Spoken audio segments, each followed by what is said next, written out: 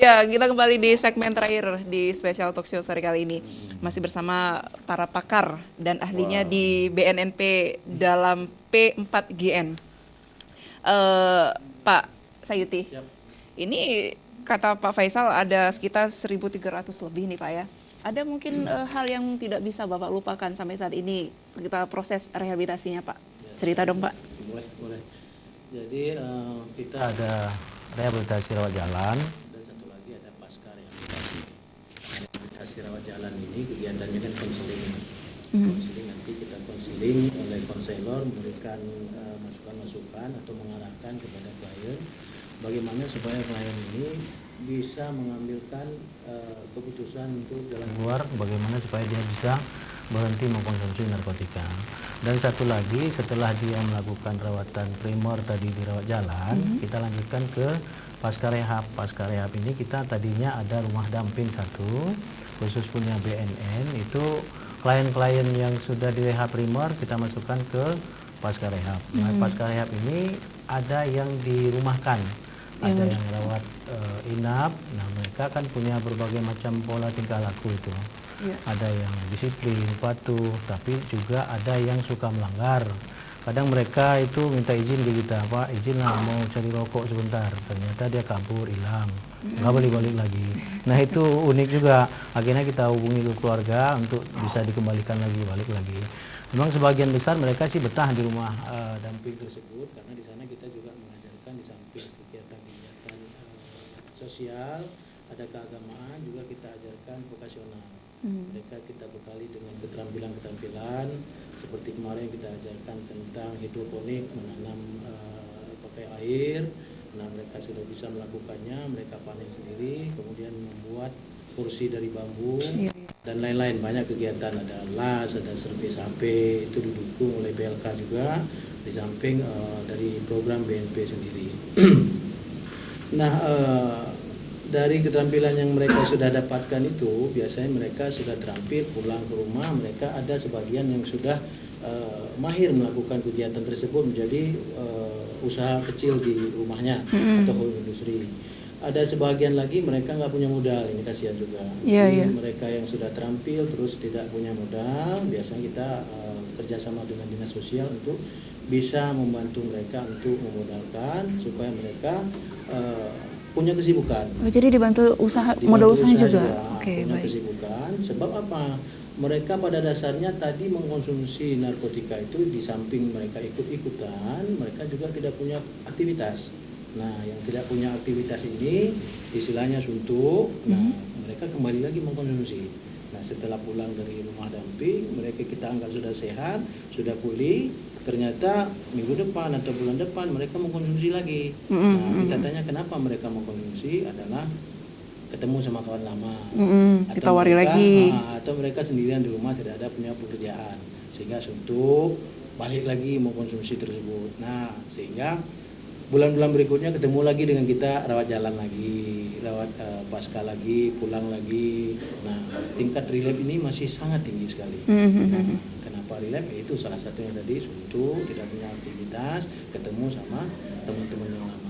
Kita kadang-kadang di rumah damping itu sampai ada 2-3 kali ketemu dengan klien yang sama. Orang-orang yang sama juga. Nih Pak, informasi Pak, untuk pemuda Aceh juga nih, anak muda. Yang pertama kali mereka rasakan saat mengkonsumsi jenis ekstasi ataupun narkoba nih Pak ya, yang terjadi pada tubuh, ini seperti apa Pak reaksinya? Tergantung, kalau misalnya dia mengkonsumsi ekstasi itu kan stimulan. Jadi stimulan itu begitu masuk, dirangsang aktivitas tubuh. Aktivitas tubuh itu langsung maunya bergerak aja. Nah, kalau yang menggunakan untuk pekerjaan, dia mampu melakukan pekerjaan lebih aktif daripada yang sesungguhnya.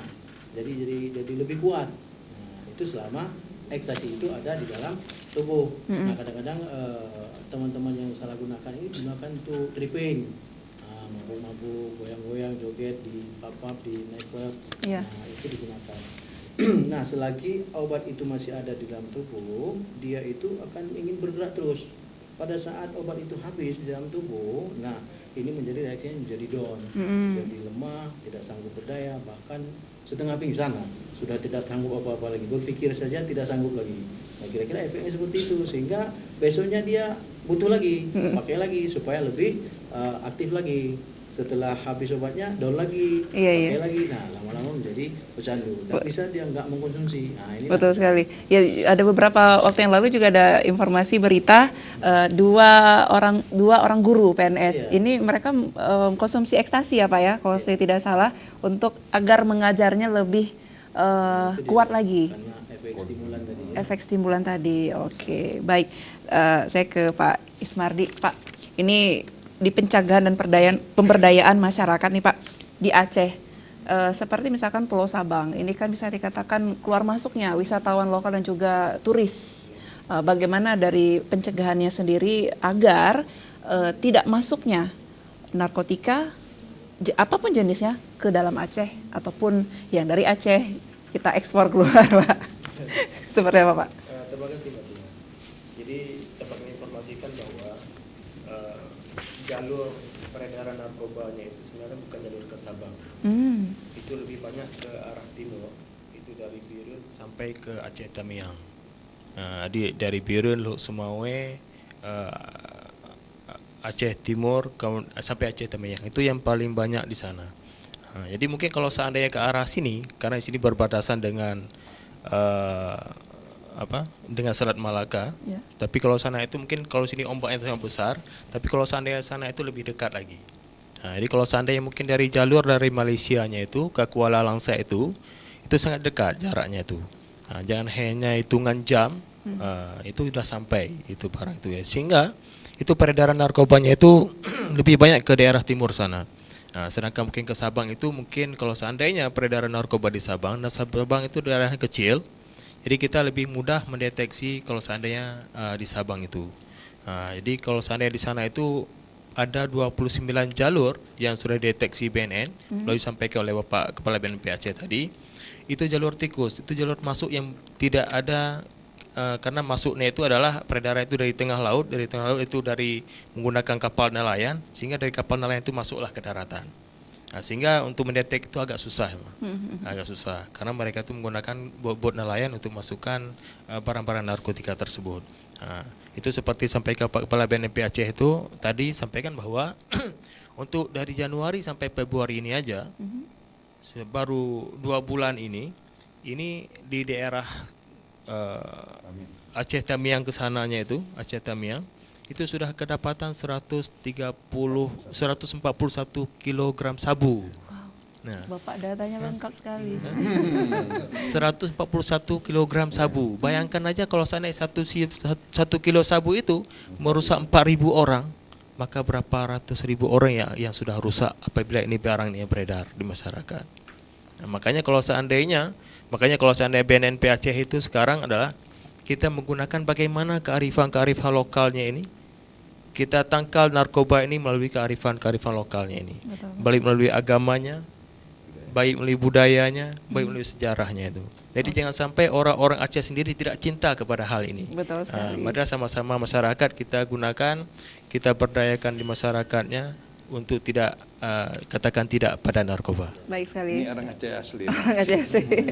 Pak Oki, adakah saran yang paling terbaik menurut Anda kepada masyarakat Aceh, anak-anak muda, generasi muda kita agar mereka terhindar dari kekejaman narkotika?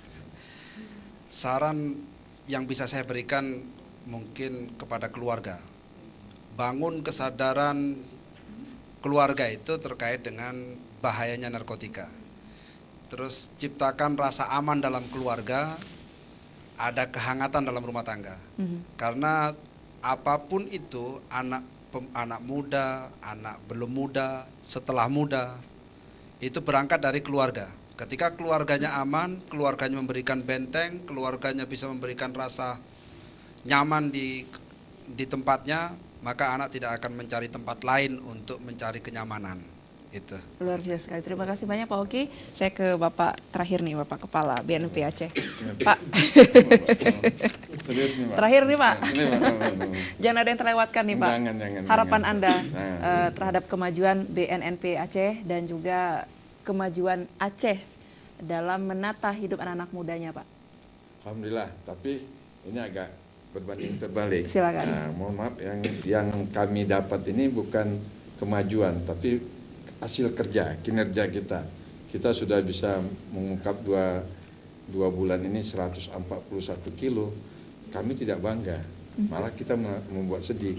Kenapa? Tadi yang katakan Pak Ismardi, mau orang memasukkan sabu dan memperdagangkan sabu di Aceh ini yang merusak generasi muda. Ini yang kita itu bukan kebanggaan, tapi meningkatkan kewaspadaan. Tapi kami dengan adanya begini, kami kerja terus, ya. Istilahnya ini ladang ibadah, kata Pak Oki dari Pak Musduki.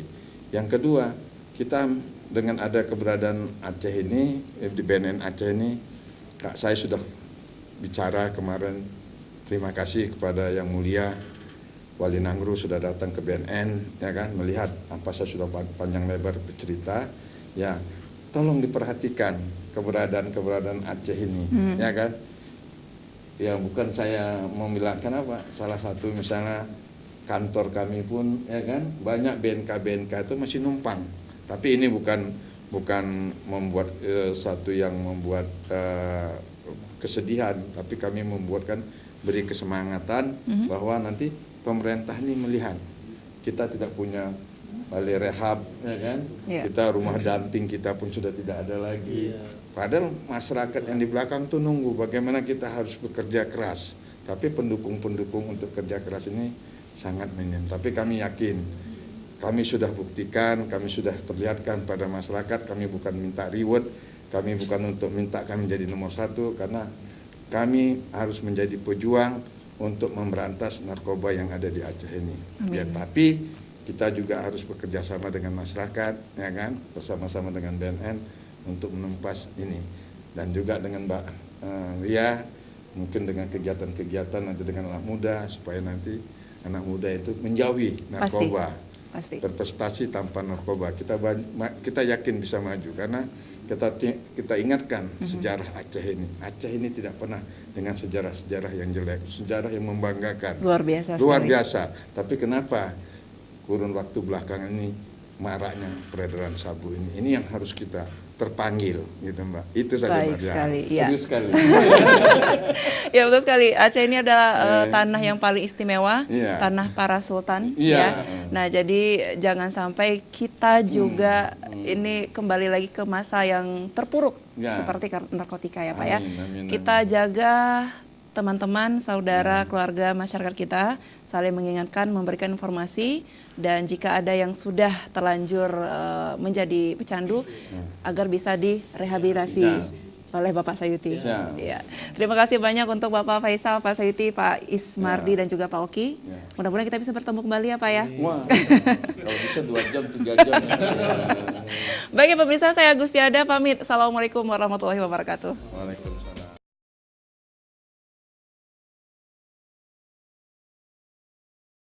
Dan jika ada yang sudah terlanjur menjadi pecandu, agar bisa direhabilitasi oleh Bapak Sayuti. Ya. Terima kasih banyak untuk Bapak Faisal, Pak Sayuti, Pak Ismardi, dan juga Pak Oki. Mudah-mudahan kita bisa bertemu kembali ya Pak ya. Wah, kalau bisa 2 jam, 3 jam.